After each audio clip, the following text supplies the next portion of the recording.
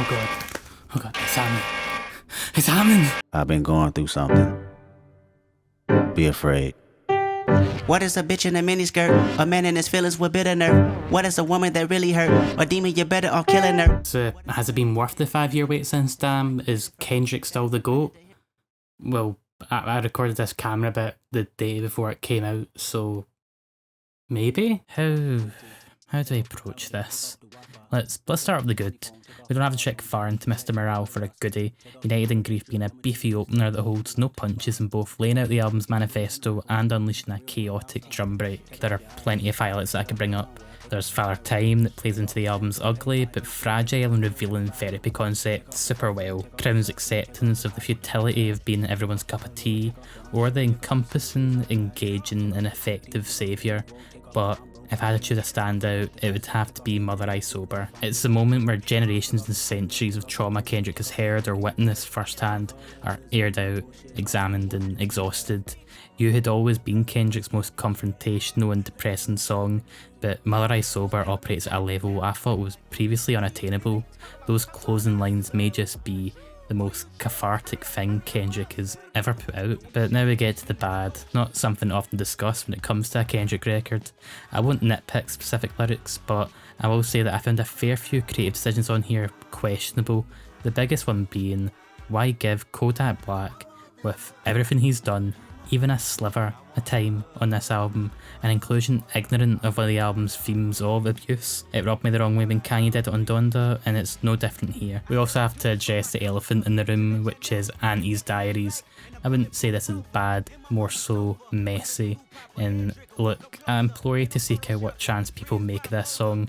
They're not a monolith, their opinions will vary, but they hold far more value than mine when it comes to this topic. I will say though, that it is possible to praise Kendrick, one of the biggest artists on the planet, for making a pro-trans track in this current climate, while also thinking that the final product lacks the quality or depth necessary for that oomph. And I guess that's something I could say about Mr. Morale as a whole. The general execution is uneven, sometimes missing that clinical finish Kendrick has displayed since the Section 80 days. That being said, he still shows a 5-year wait and a writer's block that spanned 2 years haven't made it disappear completely. I have respect for this record for being a raw documentation of Kendrick's psyche, a theatrical therapy session, and with that territory, the roughness could make this either his worst or best album to date. Regardless of where you land on it, this is his most divisive so far, but like everything he's put out, it's still a treat to experience and dissect. And there we have it, Mr. Morale and the Big Steppers, an album that is good and not brilliant or horrible.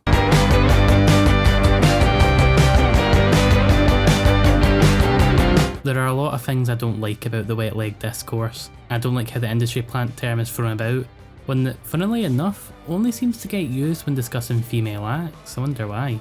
I don't like the hypocrisy about their class coming into critiques when one of the internet's favourite bands literally met at a private school. At least keep it consistent. But most of all, I hate that all of this daft discussion is going on because it means that people are going to hear I don't like this album and think that I belong on some sort of list. Simply put, I get what Wet Leg are going for on here, and I can totally see why people are enjoying this album to the extent that they are. Don't let me get in your way. It's just that the sarcastic deadpan humour very rarely hits that sweet spot for me, Chaise Lounge and Too Late Now being the two glowing exceptions to that.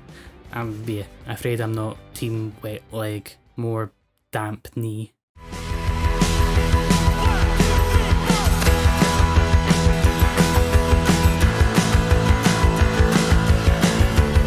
...2017, the year that I made my YouTube comeback, and also the year that Arcade Fire made their comeback with the worst album of their entire career. No one could catch a break that year, eh? In a timeline without Everything Now, We would have been a record I'd stay up till midnight to hear the moment that it came out. But as much as multiverses are all the rage right now, we've got to stick to the timeline we're in. And I actually thought this album was good-ish. I'll cut to the chase. If you start the lightning, you'll have an amazing time. That 2-part track in particular being Suburbs level of great. And everything from that point onward never dips below satisfying. Sadly, there are 5 tracks beforehand that just do nothing for me, with lines that make me react in such a miserable, wince-inducing way, the same way that I do whenever I see any variation of this image. Though truth be told, I do have a bit of a soft spot for Rabbit Hole. We isn't going to be the record that has you rushing to buy a Bolero hat, or the one that will regain the Arcade Fire spot at the top of the Pitchfork hierarchy, but it does act as an effective mouthwash. Good enough to wash out the bad taste of what came before, not so good that you'd use it for any other purpose.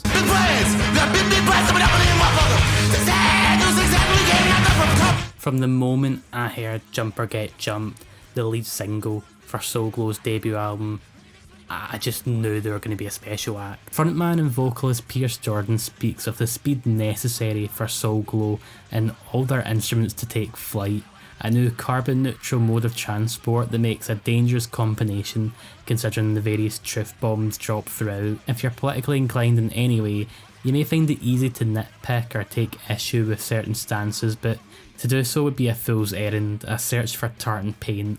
Soul Glow has their values, but they're just as, if not more, concerned with opening Pandora's box and letting chaos ensue in order to shake up the monotonous landscape they've witnessed, which stops necessary change occurring. Of course, even digesting those takeaways isn't easy. Even if Diaspora Problems was a manifesto, it would be written in the same format as sticky note animations, working well at 100 miles per hour, but the detail hidden in individual frames. And the instrumental performances are expectedly excellent.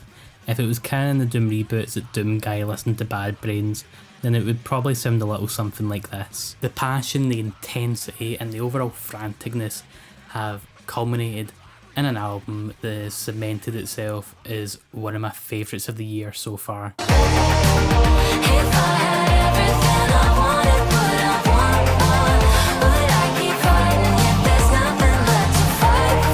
All of Hatchie's previous projects have helped to give her career the definition needed to shake off any claims that her throwback sound is a hollow pastiche, and 4 years on from when I first heard her, she's came out with a record that I would confidently say is her best work so far. Keepsake may have the highest high of her career in the form of Stay With Me, but there's not a quality backlash on Giving the World Away, an album that keeps a consistently high standard. There are comparisons to be drawn between her and different giants in this field, and while sometimes it can be hard to ignore, tracks like Disenchanted, The Key, and the title track help to wash them away. I also need to mention Quicksand, one of the most powerful pop songs I've heard in quite some time, that you'll find in my Stay Hydrated 2022 playlist. Hatchie wears wings on the artwork for this album, and with how often the songs on Giving the World Away make me feel like I'm ascending, I'm willing to believe that they're not just for a show.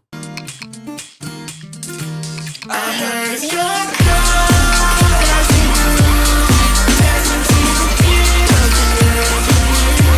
While people will praise people like the musical equivalent of that Milk Webkins tweet for revitalising and reinvigorating pop punk, there is a plethora of up and coming acts online who not only remember to make the pop punk good, but are actively helping to push the genre forward. Welcome to the stage Dynastic, and their debut album, which sounds like a long forgotten Xbox 360 rhythm game soundtrack with its ode to angsty pop punk, albeit patched to keep up with the current blend of hyperpop elements. Take how you can't deny the Gerard Way mannerisms on the chorus of Double Dose, but also how a song like Sway is indebted to Dynastic's contemporary influences, specifically Porter Robinson. Or for a song that does both, Gold Medal is like if Car Seat Headrest and Blood Orange performed in the same studio at separate times and accidentally recorded over one another. To keep this bullet point list of highlights rolling, Clout Dracula feels like it could have fallen off the Joyce Manor supply truck, while Lake City Quiet Pills combines Smashing Pumpkins, Katy Perry, and Vocaloid heavy pop, which is as messy as it is delightful. The mashing of past and present isn't perfect, but 80% of the time it works all the time.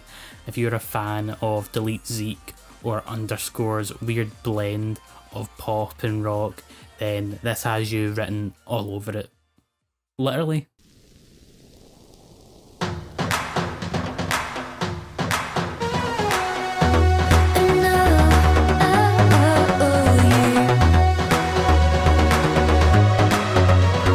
Four years on from their brilliant sophomore record, Jenny and Rosa of Let's Eat Grandma's lives have changed drastically, the loss of close ones and creatives taken a toll.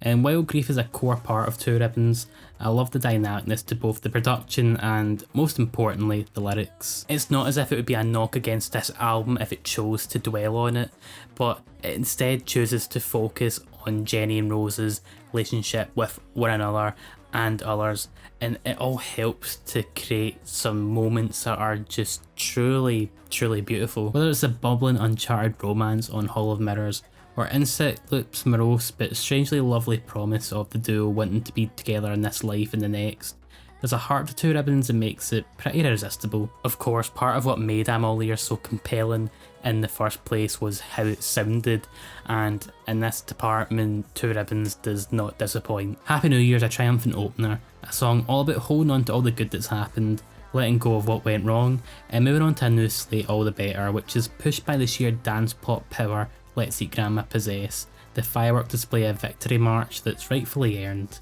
And on the opposite end of the spectrum, we've got the dream pop piece de resistance that is Sunday, a song that sonically possesses the same warmth and comfort of witnessing a sunrise, whilst the lyrics focus on a relationship whose dawn is a distant memory. While the album's name and its title track's intent is to conjure up the image of two fraying ribbons, once woven together but seemingly going in separate directions, by the time it reaches its finale, all the loops, pulls and shoves come together to tighten them together, making them closer than ever. A beautiful metaphor, a beaming relationship, a brilliant album. I'll be in the driveway, talking to a stranger for some help. Last year's I Know I'm Funny Haha was a sincere sardonic songwriter album that I'm a sucker for. Really putting that de-esser effect to work there. So getting Morphy Webster so soon after is nothing but a good thing as far as I'm concerned. Car Therapy Sessions is largely revisited material, but it's like 4K reimaginings or that jump in animation from a TV show to a full-blown cinematic release. Both the touched up songs and new material make this a great bite-sized treat, one you'd eat with your pinkies up. Or, like me, you can recreate the Atlanta Millionaires Club cover and smush your face into it. Yesterday's price is not today's price.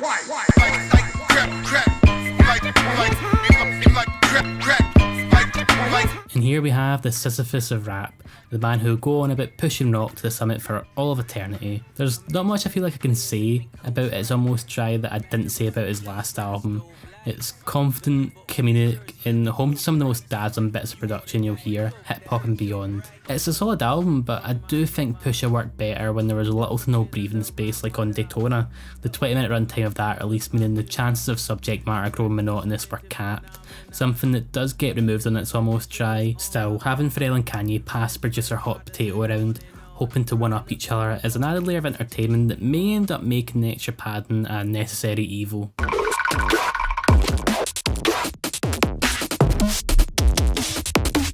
The Hex genre seems to be true to the first three letters of its name, because here is yet another project that seems to have cast a really compelling spell on a small but passionate side of the internet. Out of all the albums I've heard in this field, Mechanoworld is easily the one most likely to lead me into needing fill-ins. It's impressive and definitely up there with that Fax Gang EP from 2020.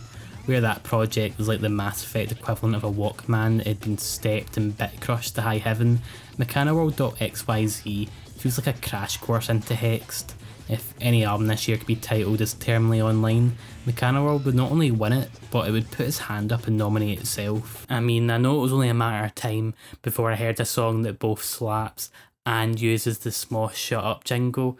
I just expected that to happen back in 2010 and not in 2022, but you know, I'm not going to complain. From my descriptions alone, you'll know if this is your jam or your Marmite, but if you are part of the former camp, then there is a lot to justify the purchase of a fast pass for Mechanoworld, thankfully one that never expires.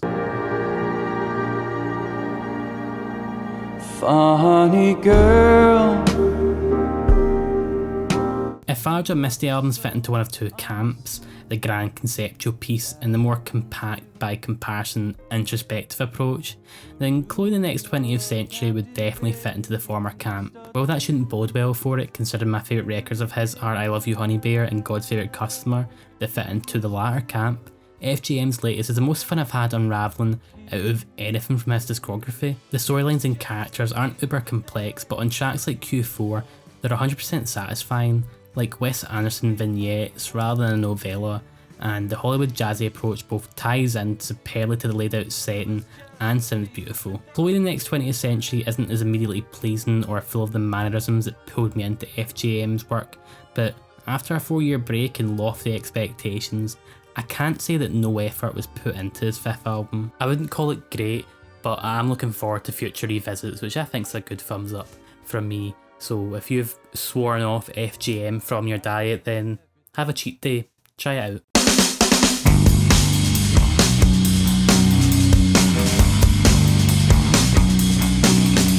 An album that largely focuses on the country we're born in, as well as all the other people that inhabit it, should be an uplifting old time, eh? If that's what you thought, not only would you be proven wrong, you wouldn't have enough time to brew a coffee to find out.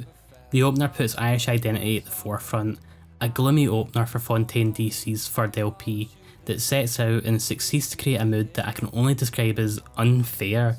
The lovely words of In Our Hearts Forever sang in a distant choir style as opposed to the triumphant nature they should be. Things don't exactly brighten up from there. How Cold Love Is only enhances that gothic feeling as Grind Chatting methodically paces about, lamenting about addiction that affects countless homes. Big Shot has the band show some humility, pointing the fingers at themselves, disillusioned with fame in a way that avoids becoming trite, and then there's Jackie Down the Line, which I could elaborate on with its self-destructive, malicious protagonist, but I'd rather sum it up with, You know what?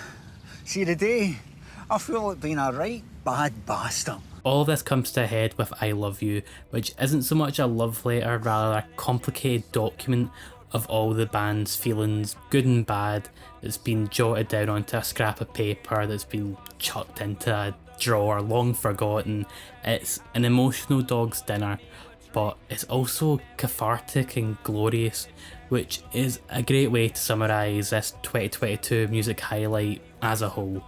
Feeling like I'm floating to the ceiling, is it magic? Baby, tell me why you disappearing, is it magic?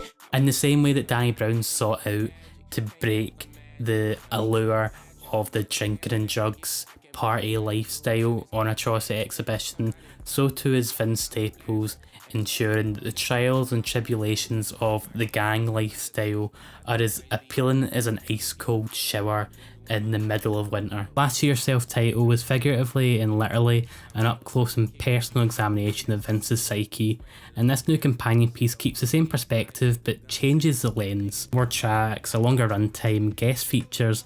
It's safe to say that at the very least Ramona Park Broke My Heart is a more fleshed out affair.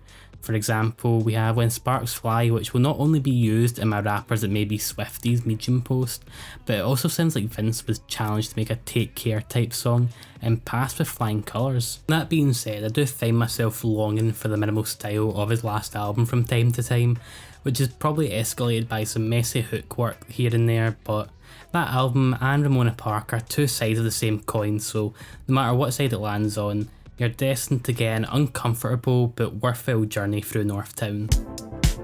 More pressure, more release, more relief, more belief. More distance, more reach. The truth is, I don't know, it's so deep. Not only has it been 3 years since K-Tempest's last release, but on a smaller note, it's also their first release in a decade where they are the sole focus of the album's cover. This isn't just surface steep, as The Line is a Curve seeks to be an equally tense but scoped down follow-up to 2019's The Book of Chaps and Lessons. Instead of accounting and analysing all of Britain's woes, K takes a good look at themselves, picking and prodding at all the nasty bits, not as punishment but as a way to rid ourselves of them, or as they better put it, more pressure, more release. It's a shame that for an introspective album, it's the collaborations on here that detract from it. Well, maybe not detract, but outside of Confucius MC and Leanne LaHavis, they add nothing, which can sometimes be just as bad. It's a flaw, a blemish in what is a satisfying, cathartic release, and considering that The Line is a Curve spends so much of its time talking about dealing with your own shortcomings, you could make the claim that it's pretty fitting. Overloaded when I'm looking in the mirror. I'm about to crash, I'm about to crash, I'm about to crash, I'm about to crash, I'm about to crash. I'm about to crash into the water, gonna take you with me. Much like how Pop 2 was succeeded by a self-titled record that was largely hit or miss, How I'm Feeling Now is followed up by Crash, an album that to me really feels like it doesn't know what it wants to be. Bear in mind, this is down to the record itself, though the wishy-washy marketing of Crash being a sellout album and her most cohesive era yet doesn't really help matters either. Granted, we live in a post-endless world where you can have your cake and eat it too, but sadly, to paraphrase Twitter stans, Crash hasn't ate. There are for sure good moments. The eponymous opener is the exact kind of out there track that embodies Charlie's knack for making an instant impression. And despite moaning about this sellout era, good ones. Definitely one of our most conventional singles off of one of our own albums since the mid 2010s, but also just one of our catchiest and just outright fun. Sadly, there are also some of the lowest points from any Charlie project on here too. Usually people use 1-2 punch to describe the strength and power of a combination of songs, but the 1-2 punch of Every Rule and Yuck give me the music reviewer equivalent of the ick. Factor in some collabs that range from disappointing at worst to alright at best, and you've got yourself an album that, out with a handful of tracks, I'll probably never return to. Who pulled the curtains? Who broke the screen?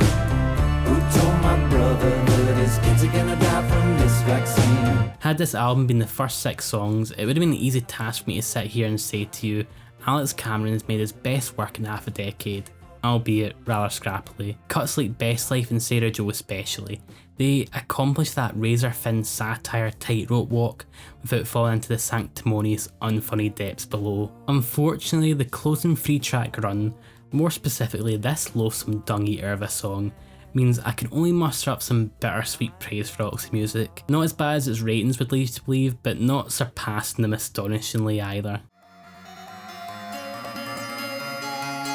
Could be that heaven is fleeting and always, and nothing is forever, and wishing would get you nowhere. Look, I think it's time to admit that as far as 2010's collectives go, Drain Gang come out on top.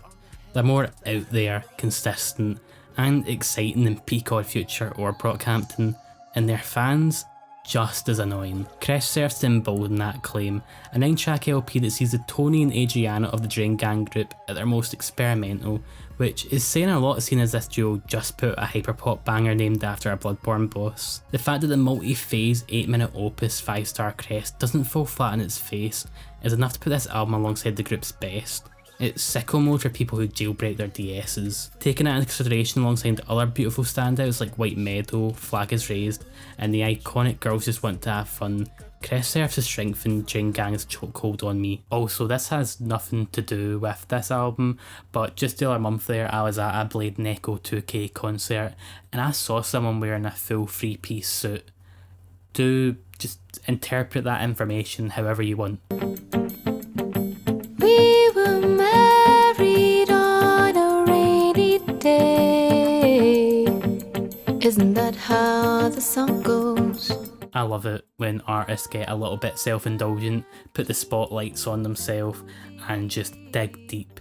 And Jenny Val has never not been personal, but on Classic Object she's definitely the most personal that she's ever been, taking you through a museum full of personal mementos, tracking her growth into the person and creative that she is, warts and all. There's no real linearity or structure to this journey, but that doesn't work against Classic Objects in the slightest. I think the reason why that is for me is how Jenny words things that are typically hard to get a grasp of and ties them into her creative career. Take a line from The Closer for example. Those moments aren't far and few between. Again, not a stereotypical start to finish story, but the fluidity and emotional oomph makes Classic Objects a pretty good record to my eyes, with the potential to be a great one given more time for us to get familiar and grow together.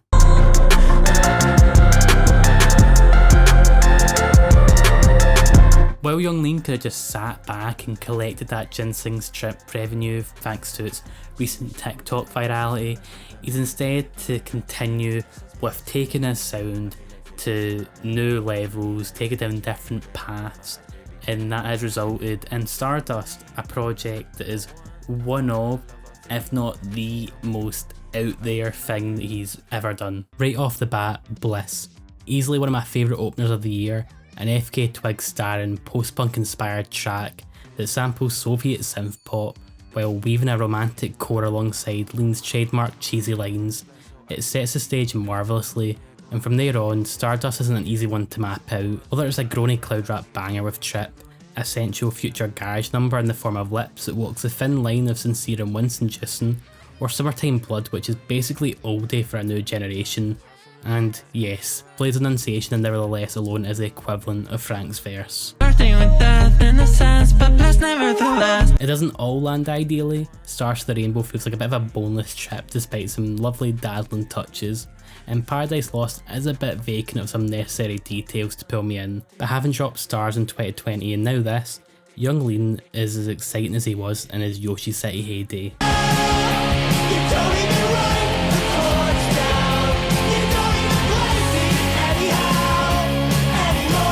Pop have always had an affinity for the dreary state of the world.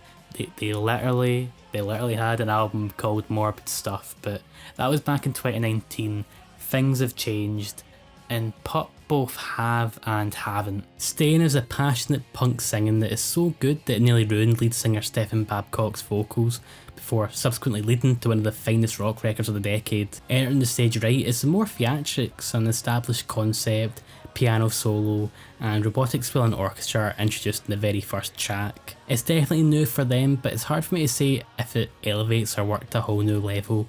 I'm still deciding whether Robot Writes a Love Song is a tongue-in-cheek slapper or a botched Weezer OK Human B-side. What's not hard to admit, however, is that the band can still produce some bangers, totally fine at implementing the kind of shredding that will make that Raiders of the Lost Ark scene a reality, and Matilda ticking the box every pop record before has, by producing a song that will have you wondering whether that wet stuff coming from your eyes are tears or beer from a recent mosh pit.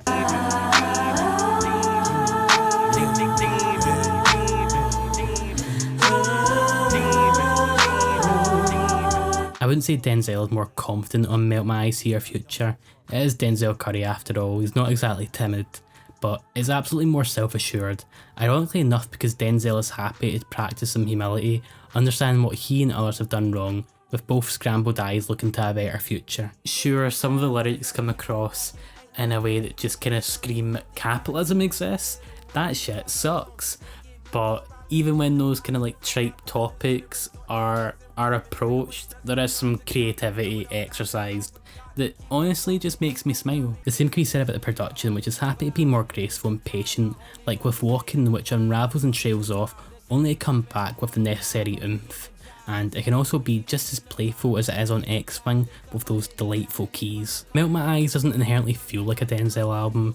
This kind of jazz-infused and introspective affair isn't quite the same breath of fresh air as Taboo was, but I try to mostly be someone that criticises a piece of art for what it is, rather than what it isn't, and Melt My Eyes is a kind of revealing rap that strikes a chord with me. And to finish things off with a bang, it's time for the brand spanking new Patreon corner, where I'll be reviewing albums that were submitted, suggested and voted on by all of my patrons.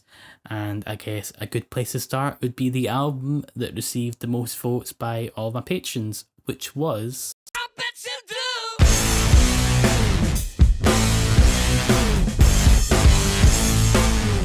This was an odd one. Had it not been for Fear the Dawn winning the Patreon vote by a fair chunk, I honestly don't think I'd have bothered with it, but not only was this Jack White album better than I expected, it's actually kinda great. In fact, it's actually the experimental goodie I think Jack White thought he was creating when he put out Boarding House Reach, a stinky album for stinky people. Fear of the Dawn provided me with one of those first listens where I was constantly jumping from my Firefox tab to Google things like Jack White Hizune Miku, back over to Spotify to hit that heart button. It was exciting, well executed, but most of all, a whole lot of fun. It almost feels like the Jack White from the past few years has been some sort of doppelganger, but not anymore. We've got the Don't Hurt Yourself Jack White, and he is frankly making some of his best music since his White Stripes days.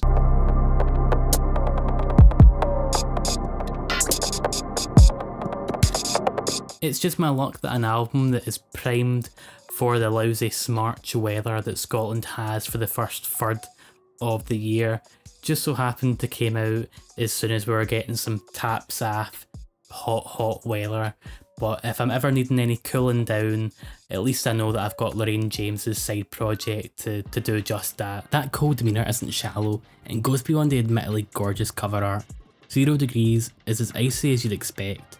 each basic kick letting off a dandruffy extent of snowy residue like you're stepping near a dangerous set of icicles in Crash 2. Succeeding Cut 17 Degrees amps up Lorraine's sound, implementing some enchanting vocal snippets and more varied instrumentation, closely resembling the chilling ambient I'd expect to hear in a highly polished video essay. While it does fall out and eventually kind of lose me as the album literally heats up as it reaches its end, Whatever the Weather does manage to avoid the common pitfall of many an ambient project that I've checked out where they have such a loose grip on me that I eventually fall through their fingers. I had a good time with this, and thank you very much, Tom, for submitting it.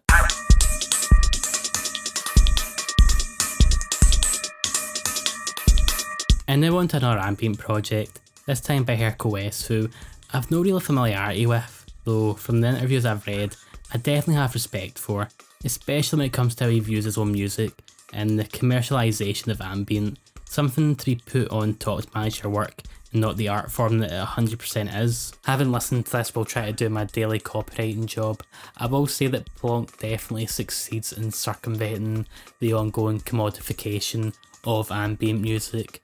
Trying to hit your weekly targets while listening to Plonk is like trying to scratch an itch on your back that is just out of reach. It is kind of frustrating. Of course, I gave it a go in my usual music review mindset, and there is something to it that's compelling. For example, I found Plonk 2 weirdly entertaining based solely on its approach to spacing out and returning a rhythm that you could never quite predict, almost like a yo-yo that would go through a wormhole every time it descended. Plonk 4 also had quite the pull on me. If Krabs were capable of making experimental electronic music, then I imagine it would sound quite like this, right down to those gorgeous submerged bells. I would call this a good wee ambient project, though I will say I know that Herco West is meant to be an artist that wants you to expect the unexpected, but I do feel like there's the inclusion of elements like featuring Sir EU, where there's just these added spices that I feel really didn't like complement the album, or at least for me didn't really add to my overall enjoyment of this project. I will say though that if you're familiar with this neck of the woods and you've not checked this out, then you definitely should give it a moment of your time.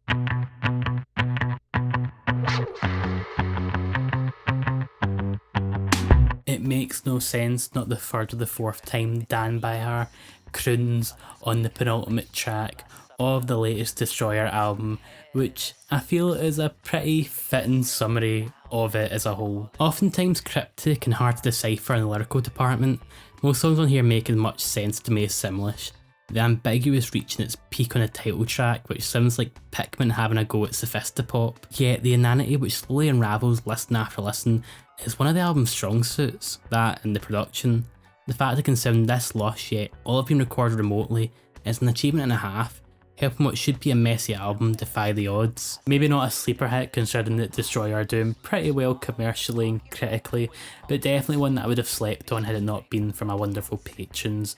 Don't be foolish like me and get around to this as soon as you can. And this brings an end to the debut entry of Patreon Corner, and also an end to this review roundup. Let me know what you make of these albums. Let me know what you make of my takes on those albums, and if there's a record that you want me to cover, then why not join the Patreon, where you can suggest, vote, and even automatically submit an album for me to review in the next roundup. No democracy needed. As always folks, thank you so much for watching, stay safe and stay hydrated.